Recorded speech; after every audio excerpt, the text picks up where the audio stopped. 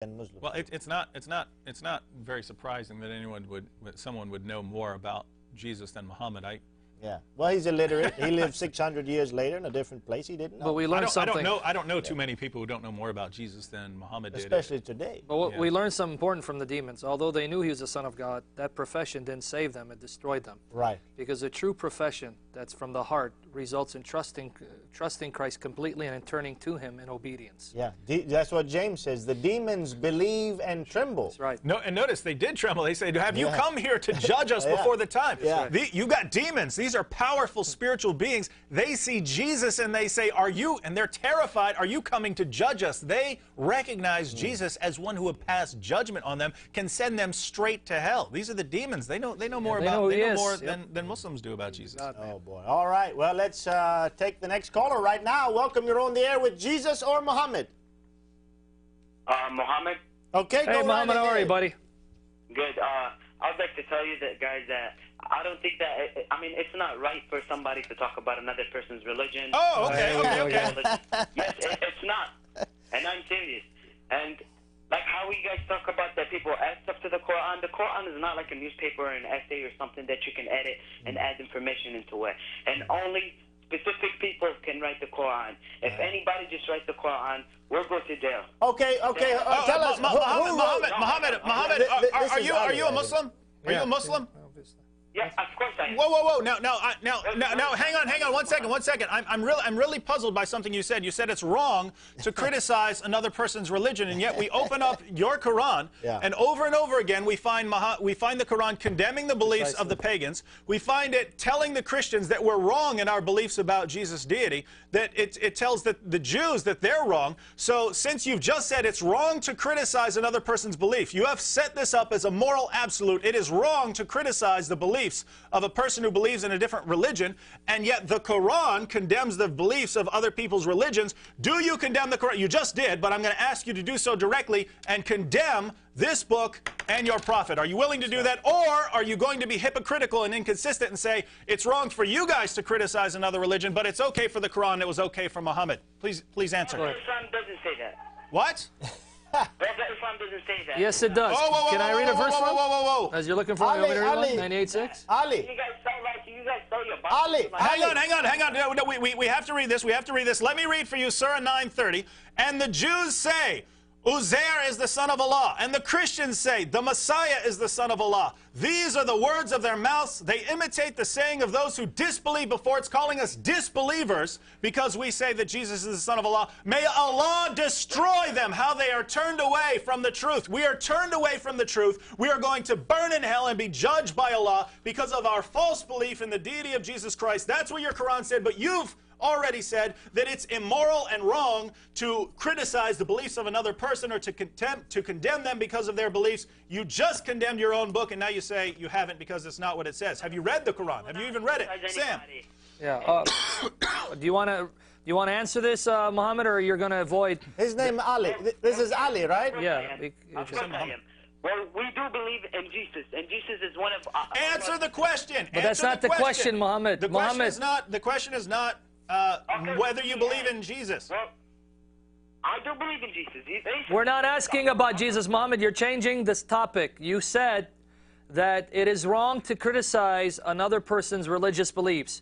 Your Quran criticizes what Christians believe, what Jews believe, what the pagans believe, and it calls us the worst of creatures. Surah 98, verse 6. How do you guys know?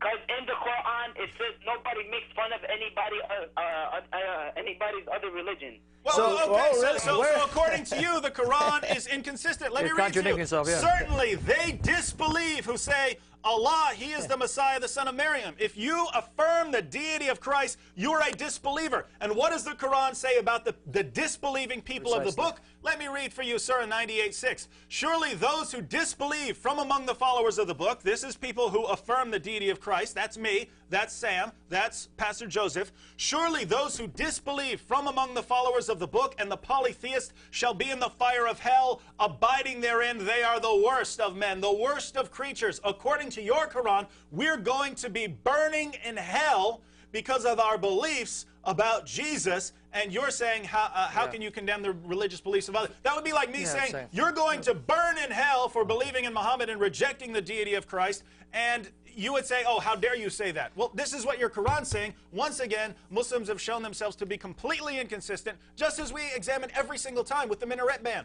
Oh, how dare you ban one of our minarets, but we cannot allow churches in our country. How dare you criticize our religion, but we get to criticize your religion as much as possible. It's morally wrong to criticize the beliefs of another unless you're us, and unless you're Muhammad, unless you're the Quran. Total inconsistency. I ask you, how can this be the true religion if it's getting all the facts wrong, and every single time Muslims have to make some sort of rule, they break it themselves? I don't know. Okay, Ali, are you still there? Well, you guys are even reading the Quran in the first place.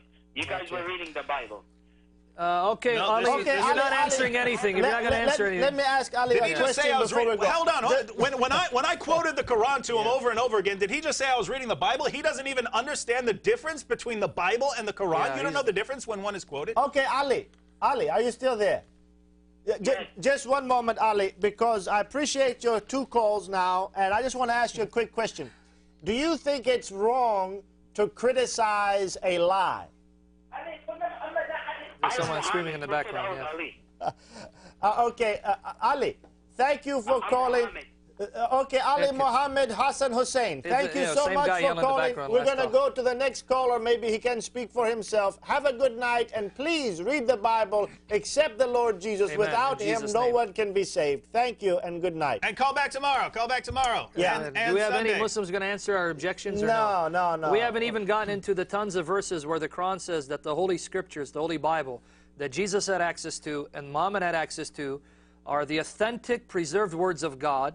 You mentioned some verses. I have dozens of others. Yeah. We didn't even get into it because we're still waiting for Muslims to give us a good objection, showing that we're wrong when we misunderstood the Quran.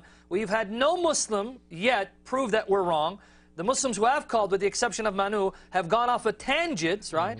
And have been inconsistent by saying that you shouldn't criticize religion, and yet their Quran criticizes all religions with the exception of Islam. Now, I'll just add, how many times have we seen this? We give Muslims an argument. We say, we're inviting you to show us where our argument is wrong. And again, we didn't give you the ton of verses we could give you to support our question. We just gave you a couple. We just gave you a couple. And we're inviting you to show us where we're wrong. And the best Muslims can do is, how dare you criticize another religion? Yeah. Total inconsistency. And even Manu, it's much more subtle, but even Manu was inconsistent. Because, you know, Manu says, first of all, and he says many times on our shows, he doesn't go to the Hadith. Doesn't believe in the Hadith. Usually the Hadith contradicts and messes up the view of the Quran. But he went to the Hadith briefly. He referred to it in this last discussion. Furthermore, he says, oh, no, I look at the Quran. I take every verse to see whether or not it's true. Well, Manu, how do you see whether or not the Quran verifies actions that took place 2,600 years ago when the only eyewitness testimony is the Bible? Yeah. Do you take the Bible, since it's the only eyewitness testimony, and then you see that there are contradictions in the Quran, and do you therefore judge those verses in the Quran which do not seem to line up with the Bible? Like, for example, Pharaoh was drowned with his armies, or many other things like Haman. What about Haman, Manu? The only eyewitness testimony that we have of this man named Haman, who supposedly lived in Persia, according to the Bible, is from the Bible. The Quran comes along and it says, no, he was in Egypt with Pharaoh. He had his own thing over there. We have a devastating refutation. Jochen Katz, who's one of the writers and the one that runs the website Answering Islam, just a couple of weeks ago, he came out with a devastating refutation on Haman and the gross error of the Quran in placing him in Egypt. I highly encourage the Muslims and Christians to go.